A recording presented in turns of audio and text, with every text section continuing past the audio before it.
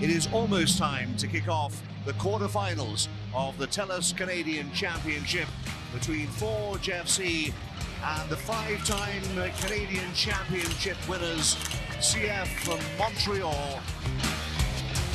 And might have had a case, Mr. Villanueva, in the first 30 seconds, forced to make a decision. Returns it across the face of goal, and Chouanier has scored! David Chouanier! From Montreal looking for the overlap, cross back, second time, goal, equaliser.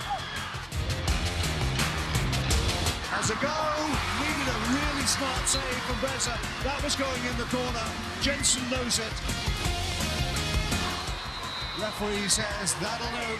But they'll go back to Stade Saputo as they started, 1-1.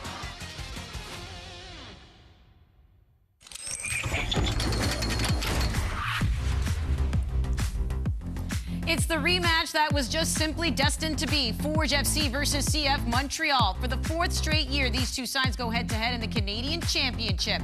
Forge, the dynasty team in the CPL, is still looking for that one feather in their cap to take down an MLS side and go on to win the national title. But will Montreal stand in their way again? It's the TELUS Canadian Championship on One Soccer. It is Matchday Live. Hello, everyone, and welcome inside our One Soccer studio. Annie Petrillo, Gareth Wheeler, Jordan Wilson. Round of applause for Jordo, who survived, is here again. I'm back, y'all. It got a little dicey last night. If you were watching our late Vancouver Cavalry match, he did have to leave in the pregame. Made it back, though, for halftime and post. It's not that serious. And you are here tonight. Make it way You are a teammate, yeah, my friend. too big of a deal of this. This is leg two, tied 1-1 after leg one. The winner of this one goes on to the semifinal. Last night, leg two was the case for Toronto FC and CS Saint Laurent. Toronto FC defeating them 8-1. It was the first time Toronto scored 8 goals in club history. DeAndre Kerr also becoming the first TFC player to score 4 in a single match. Cavalry gave it their all and were the better team against the Whitecaps, but despite the 1-0 win, they lose on away goals. Vancouver head coach Vinny Sartini, in his post-game presser, actually apologized to his fans for the team's performance and even said they should do away with the away goals. He felt that Cavalry did enough to earn a pen. We agree. I thought about it last night. I'm kind of with you guys a little bit. Yeah. See? I thought about it. And Vanny. I'm just saying. So let's talk about this game here because we know how tough it is to beat an MLS side. Cavalry's done it. Pacific have done it. Do you feel that the way Forge is playing right now, or just given their history, given their experience, and given the recent form, which we'll get into a little bit here with CF Montreal, that this is the time for Forge? The time seems right, doesn't it? I just want to say welcome to the main event here at the quarterfinal stage of the Canadian Championship. Maybe co-headliners with the Whitecaps and Cavalry. Great game last night. But the way that Montreal have been going as of late, this Forge side starting the best start to a season in Canadian Premier League history. On top of that, having that Champions Cup looking really good against Chivas de Guadalajara. This team looks as complete of a Forge side as we've seen over the course of their existence, which is complimenting this team and then some, considering how strong they've been. And in that 1-1 draw, I mean, the game was there for the taking, right? Early morning school day game, big crowd, Forge scores first 3 or 4 changes at the half, and Jensen coming that close to getting a late winner, which just leaves them work to do in a place where in Stade Saputo it's been a house of nightmares for Forge over the course of their history. It's been a house of nightmares, but I think tonight, if you're a Forge player, you smell blood. You have to. This has to be the moment. This is a balanced side in Forge. They feel complete, but also CF Montreal, you got to go and take advantage of this. 1-1 at home for Forge. If you score tonight, you can dream. This has to be the time to take advantage. It's always difficult. Like, Cavalry beating Vancouver Whitecaps last night, I think it's actually being understated how big that is. Yeah. Cavalry's now beat Vancouver Whitecaps twice in the Canadian Championship. Pacific has gone on to beat Vancouver Whitecaps as well. It's kind of crazy. Forge has never beaten an MLS side before. Yep. And I don't know if this has anything to do with their quote-unquote legacy big picture, but it's something that they want to tick that box. They've ticked every other box. This is their Achilles heel, and it just seems like the time is now, if ever. It has to be, right? Like with this side, you talk to them, they feel like the Canadian Premier League, the Shield, all that, they'll be there. But this tournament, this is where they want to be. And tonight's that big step to do it. Bobby Smirniotis has been very vocal in saying this is that one trophy that he most definitely wants. And he's put it out there. We know that CF Montreal, they've been struggling lately in league play, haven't picked up a win since mid-April. And in fact, since the 1-1 draw against Forge, they've lost 3 in a row. That includes a 5-1 loss to Toronto FC in that derby. I know they have a lot of injuries, but when you do look at this CF Montreal side, do you have a little bit more belief what the Forge can get the job done? Yeah, I think so. I think this is going to be a fair and even match. When you think of a Kokoro out and Martinez, for me, those two up top. Poku.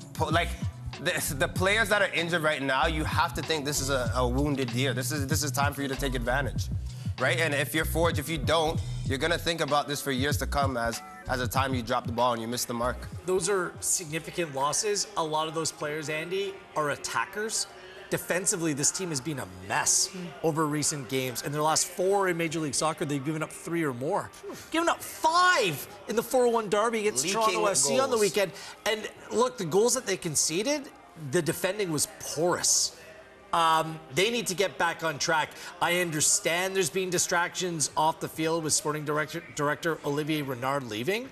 But Laurent Courtois needs to get this team together. He's a very good young manager, but they seem kind of lost right now.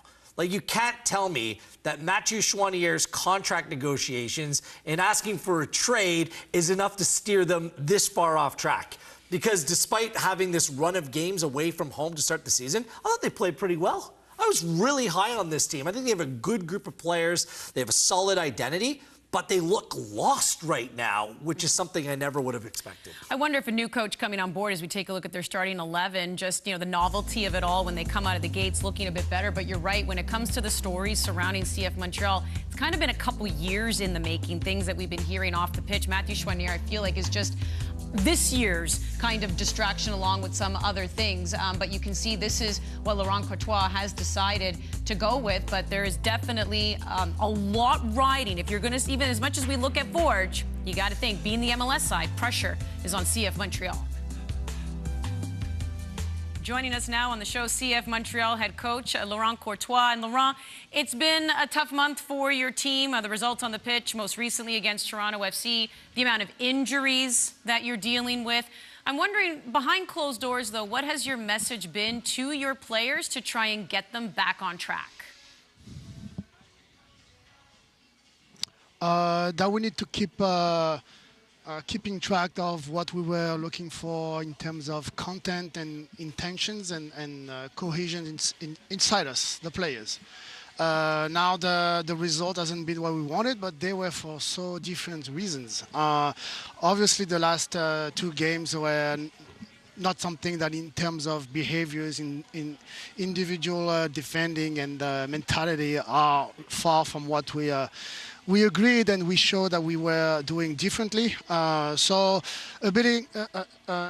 a mix of can we go back to what we showed that we are really efficient and at the same time there's stuff that we want to keep doing and maintain the cap. There's a lot of history between CF Montreal and Forge in the Canadian Championship. You experienced it for the first time in Leg 1. What did you learn about Forge, and perhaps what are some of the adjustments you're going to have to make here tonight with both these teams entering 1-1? We knew, I didn't wait for the game. We knew how competitive and how good of a team they are, and this context of a game with the first and second leg is something interesting for me that I'm discovering, and they know this context way better than me, and now the scenario is what it is today, and hopefully we not only we adjust from the mistakes that we've done the last few weeks, but also we get a little bit more of maturity in terms of approaching those scenarios. Laurent, appreciate you taking the time. Best of luck tonight. Thank you so much. Bye-bye. Let's focus on some of their players right now. How about Sunisi Ibrahim, and what is it that you're expecting from him? He makes 7 changes to his starting 11 for this one tonight. Sanusi is one of the players who stays in. He actually scored that consolation goal against Toronto FC on the weekend. He has 2 and 3 starts over the course of the MLS season as well. But it's what the 21-year-old has done to Forge in this competition. Yeah. Hat trick in a 3-0 win at Stade Saputo. Last season, a 2-0 win. found the back of the net again. This player, his pace, has really caused a lot of problems to this forge back line. And with him being the one reliable, they'll say can come off the bench, but the one real reliable attacking player that they have right now, it puts him right in the focus. I don't think this CF Montreal can sit back and defend tonight. They need to go out and get a goal, and he's the most likely character to do it. Yeah, I think if CF Montreal are absorbing, I think they're in trouble. Sanusi is dangerous going forward, that pace and that power. But Mathieu Choinière, the 25-year-old, you have to talk about him because he's one of those midfielders, Wheels, that just skips past a player. Whether it's with the ball or without it, he's so clever. And as a younger brother of David Choinière, they're born on the same day, by the way, which is very freaky, February 7th, 2 years apart exactly. You don't want to lose to your older brother. You want to make sure that you have that status when you're looking at him across the dinner table at Christmas time, and you say you got your number. Hopefully this is the night for him. But where's he going to play in this starting 11? Our projection is he's going to play on that right-hand side. I mean, his better positions on the inside. This is where he was the MVP of the side. And look, you know, as I kind of said, like, this can't be the reason why the bottom's fallen off on this team. The fact that he has reportedly requested a trade. He's asked the question at a press conference. He's like, well, what I can tell you is I'm here right now. It's like, thanks, Mathieu. Like, that's fine. But, like, what does that mean for you, this team, the project? Are you in a position that your head's in the right place to lead this team going forward? They need a big performance from him here tonight. They do get the away goal. We can discuss that at another time. So you're right. I mean, they don't want to sit back, but 0-0 will get them through. As we take a look at Forge FC's starting 11, they've been dealing with some injuries as well. Some of their players who can score some goals still out in Taron Campbell. We'll debate Poku up front in just a moment. Bobby Smirniotis, head coach of Forge, joining us now. It appears Jordan Hamilton available to you off the bench here tonight. Taron Campbell still injured. And knowing you need a goal here, Bobby, who are you looking at to provide that type of quality here tonight? Yeah, I think the attacking unit as a whole has been very good for us this season. You know, in each and every match we've played, you look across the front line with guys like David Choinière, Benny Badibanga, Tristan Borges. They're there, and then Kwesi Poku's another player that we need to step up today. You know, I think tactically it's a very good game for him. We've worked a little bit on some things we want to see from him today, and like I said, the attacking unit has been exciting in each and every game. We need the same type of energy tonight. You've been very vocal in saying you don't like to look at the past, you don't like to look too far ahead. But what would it mean for this team to beat an MLS side? Yeah, I think the biggest thing is what we have in this tournament, and that's a trophy. You know, I think that's our biggest target. You know, we've won trophies over the last 5 years. This is one that we really want as a club, and it's a tough road to get there. Starting with tonight, we need to be out here, be sharp. But I think that's the biggest thing. It's not so much who we're playing, but you know, kind of what's dangling in front of us, and that's a Canadian championship, and we need to go after it. And we've got a great opportunity here tonight. Looking forward to a great match. Thanks for taking the time, Bobby. Thank you.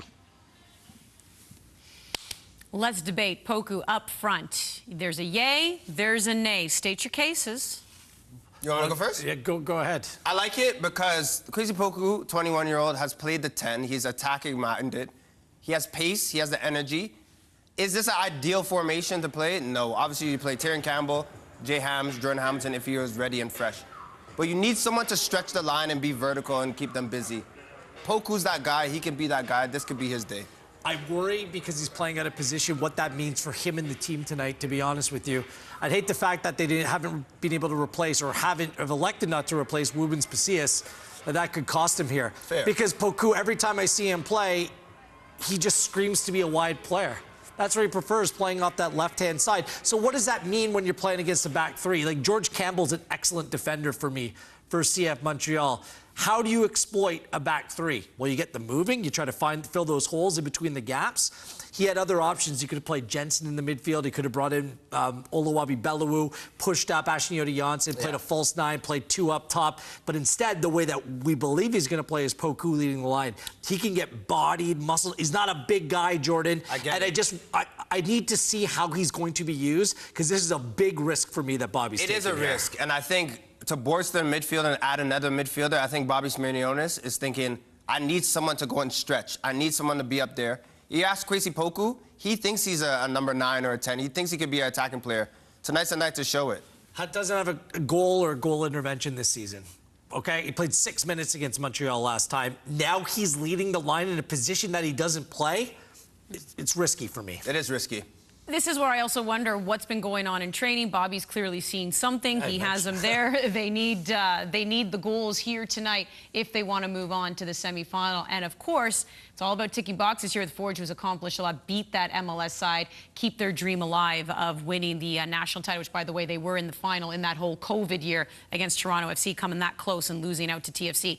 Let's talk another Choinière and David Choinière. David, the 27-year-old Choinière, scored in the school day game in the first leg of the 1-1. He is fit and firing this season. Last season was injured, played 19 games in all comps, only scored twice. He has 2 goals in the Canadian Championship this season and 2 goals as well in the Canadian Premier League.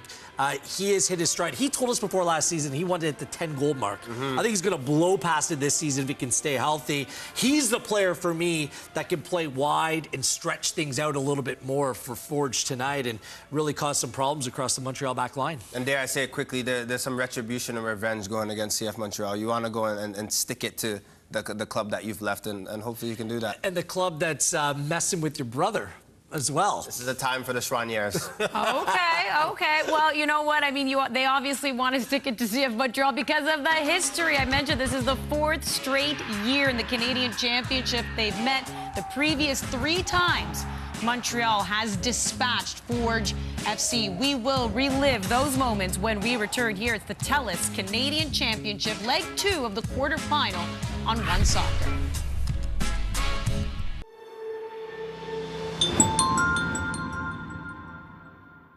Toyota's electrified vehicles are for everyone. Every chauffeur, snack connoisseur, every scenery soaker, practical joker, every road tripper, toe dipper, every 9-to-5er, every long driver. Starting over 20 years ago with the Prius, we now have the largest lineup of electrified vehicles in Canada because this journey belongs to everyone. Life's better with extra space. Space for family. Space for memories. Space for you. Try 4 weeks free. Access Storage, proud partner of Canada Soccer.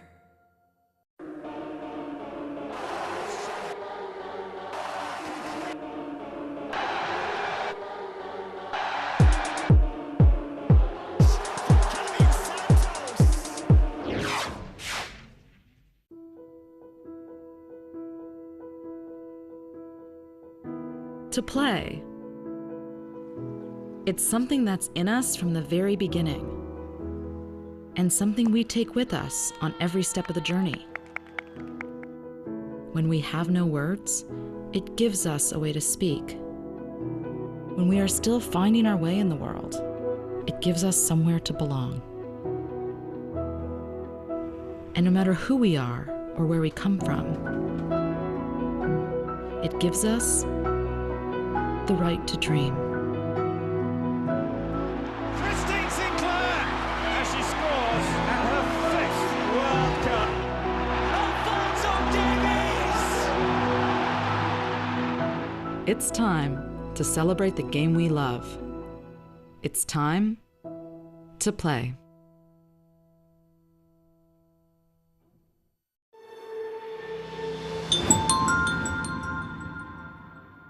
Stopper they'll spring across that goal.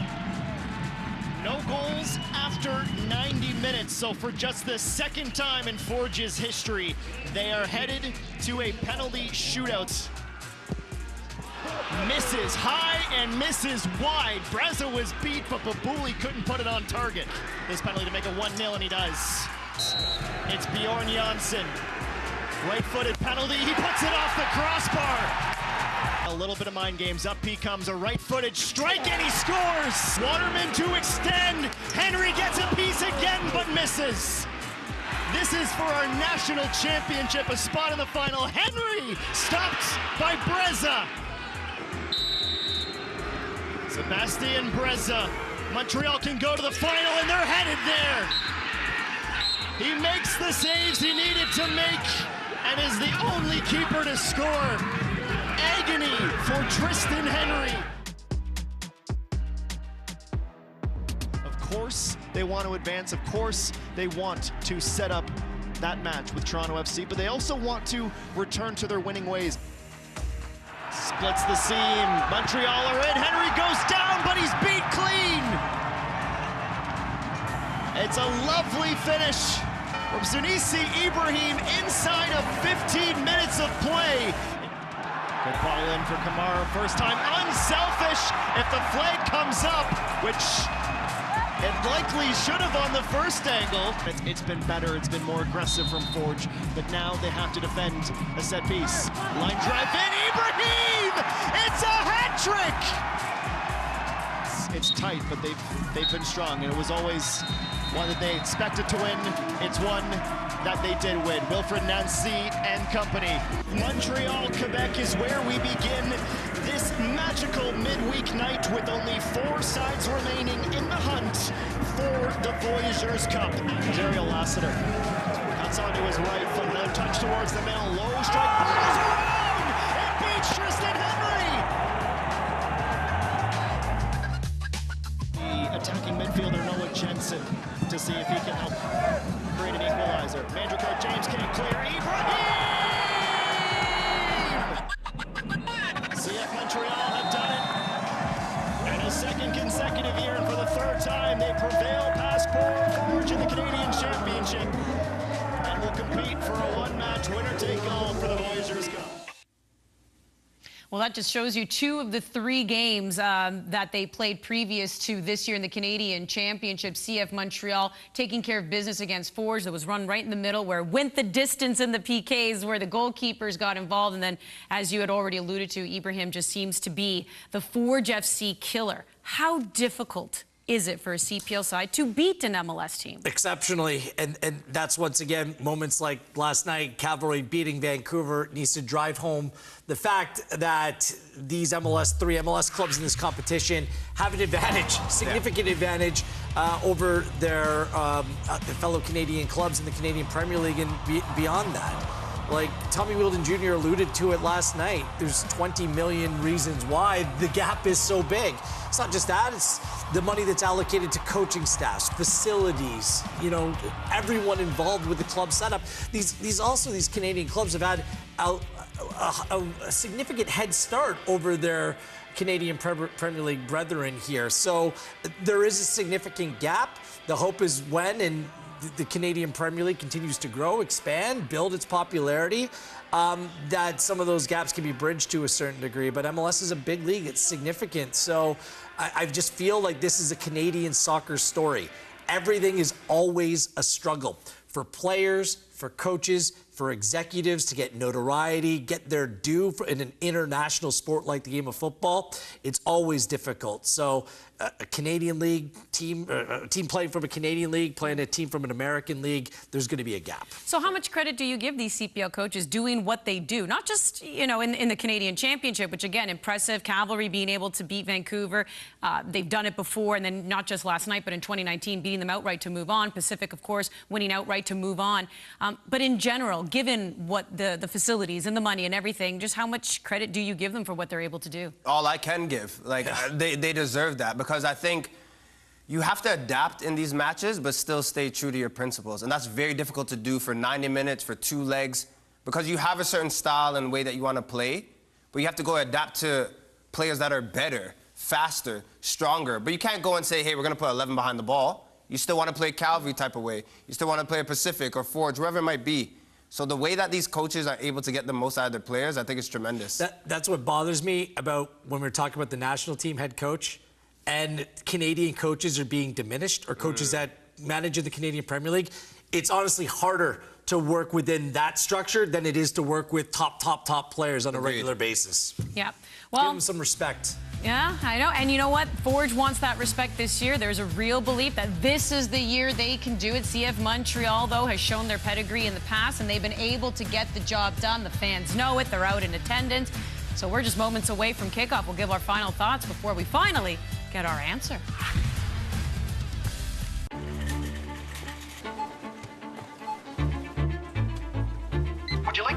extended warranty for $150. Go ad-free for $29.99. Only 3 easy payments of $49.99 if you act now.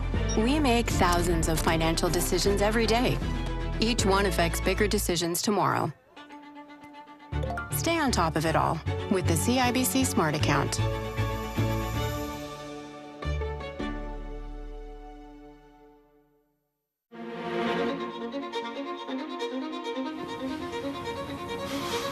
Do we really have any choice at all? Everyone has a choice, and every choice has a consequence. Which do you choose? Life's full of tough choices, isn't it? How do you choose?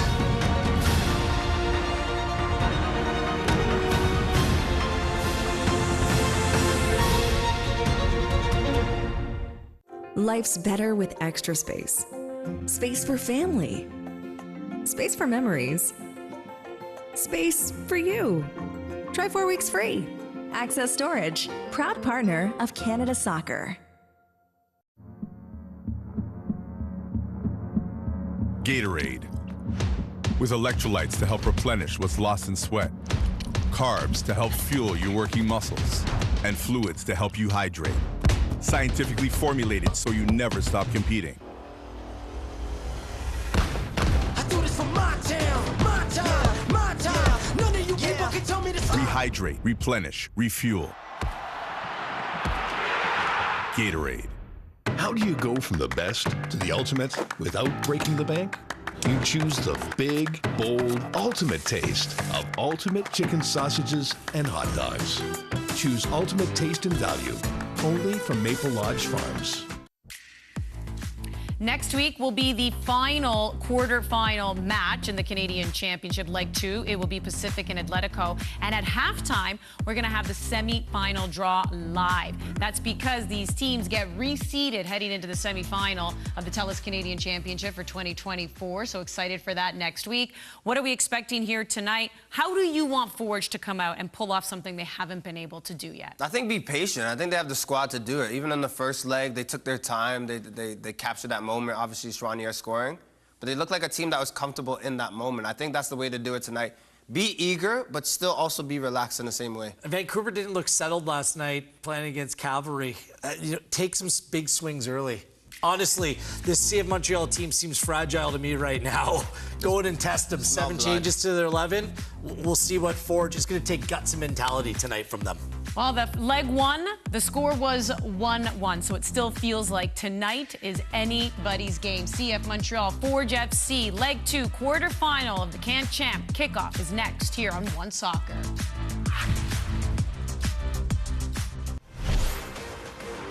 The TELUS Canadian Championship on One Soccer is brought to you by Toyota. Toyota's electrified vehicles are for everyone. Every chauffeur, snack connoisseur, every scenery soaker, practical joker, every road tripper, toe dipper, every 9-to-5er, every long driver. Starting over 20 years ago with the Prius, we now have the largest lineup of electrified vehicles in Canada because this journey belongs to everyone. The TELUS Canadian Championship on One Soccer is brought to you by CIBC. CanadaSoccerStore.com is the official home for the widest range of Canada Soccer licensed product, match jerseys, and fanwear.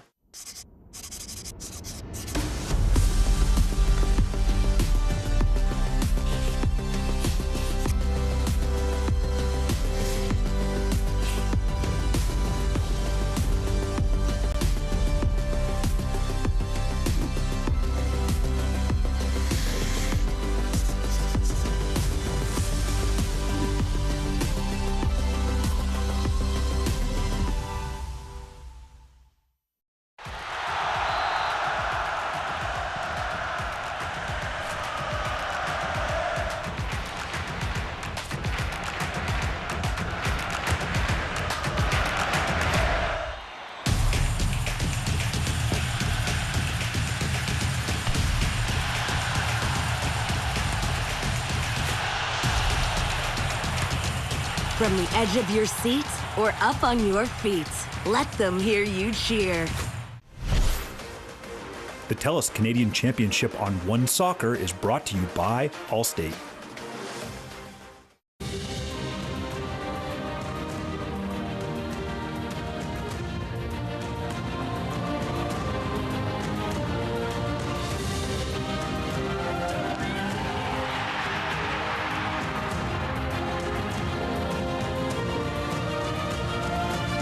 Against Sutton, Nash scores, and the goal! What a goal!